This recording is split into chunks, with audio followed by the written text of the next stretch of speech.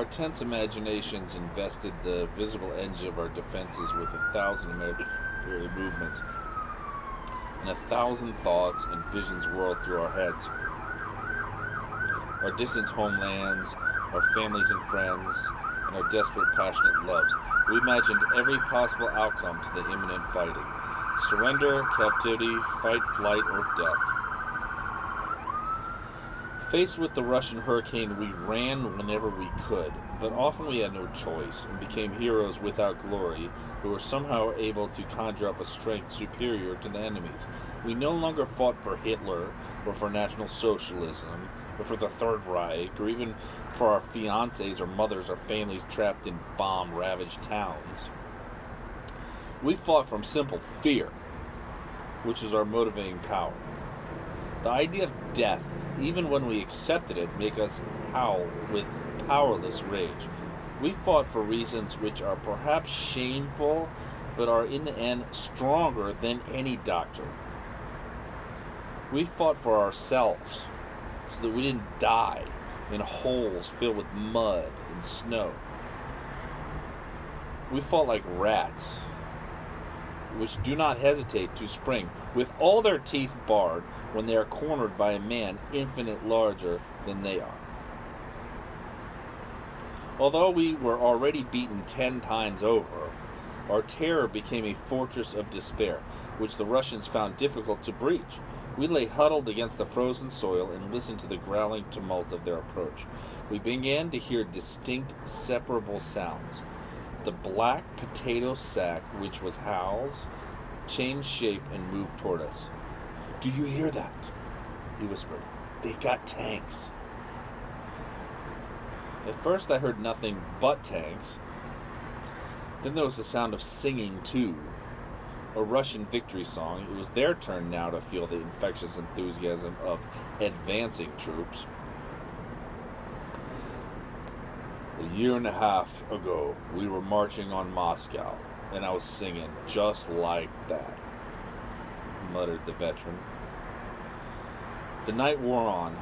The noise of the Russian advance changed in quality and intensity, but never stopped. The men who had been resting on the Ispas came back to their forward positions.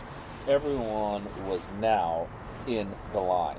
Even the auxiliary services had been organized to defend the village. The front was long and thin. Our division alone held some 60 miles, with the regiments standing elbow to elbow. There were a great many of us, but at least 30 times as many of them. Our anxiety hovered over us like a pessimistic exhalation trapped by our heavy steel helmets. Our breath condensed on our nostrils and lips and on the upturned collars of our coats. For a long time now, our hands and feet had been hurting us. For the moment, stiffened by cold, they seemed detached and separated from a general nervous tension. On other evenings, the fellows moved about in their holes to keep from freezing. This evening, however, our cumbersome overshoes had been tossed aside and everyone was still. The biting cold passed over us like a silent dream, depositing a film of frost on the earth and on us. Periodically, we had to clear our weapons, and every time the touch of an icy metal struck us like an electric shock. To the east, the Russian troops were silent. All we heard from their side was the disquieting roar of their engines. Occasionally we heard a horse whinnying, one of our starving beasts protesting the onset of death. The desire for sleep weighed on us as heavily and oppressively as our fear and the cold, and kept overwhelming us for 5 and even 10 minutes at a time, despite our wide open eyes.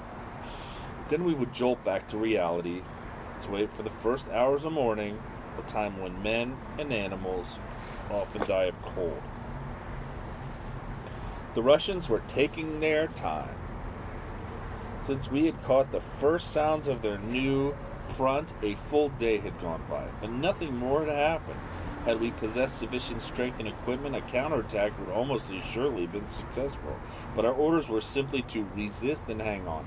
We were operating on a system of 4 hours on, 4 hours off, organized so that a maximum number of men was in the line at any given moment. Many men fell asleep beside their guns to wake suddenly, badly frozen. We were steadily losing sick and wounded men, who withdrew on foot or on horseback, and no reinforcements were arriving to fill the gaps. "It's a racket," grumbled the veteran. At dusk, we found Lindbergh naked from the waist down. He had gone off a short distance, supposedly to crap, and stayed that way for nearly 3/4 of an hour. By the time we found him, he was crying like a baby, and he wouldn't have lasted much longer. Howells blew up at him and let him have it on the backside and thighs with the strap of his gas mask. By the next morning, the Russians still had not attacked. We'd grown steadily colder and more nervous, and it was difficult to seem calm. One of our planes flew over and dropped 4 sacks of mail. I had 4 letters, 2 from my family, 2 from Paola. All were very out of date, particularly one of the letters from France, which is more than a month old. I devoured Paula's letters, which seemed filled with sadness. She had been sent to a small factory out in the country some 40 miles from Berlin. She said that life in the capital was no longer possible.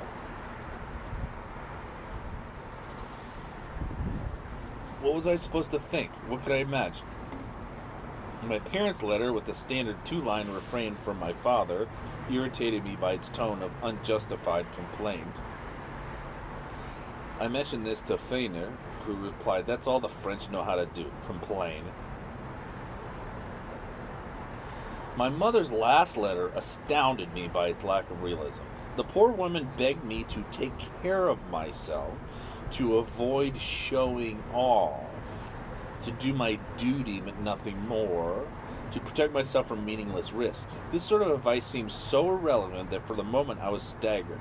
I looked up from the letter, yellow against the snow, to the whiteness which veiled the appalling danger threatening us from the east. The pathetic futility of my mother's attitude made my eyes fill with tears. Everyone seemed to be reading a letter whose contents were so unexpected that fellows far older than I were overcome by tears. Others jumped to their feet, screaming like madmen. A close relative or friend had been killed in an air raid. "This mail is only upsetting everyone," said a tall fellow next to me as he looked at a friend who was weeping like a child.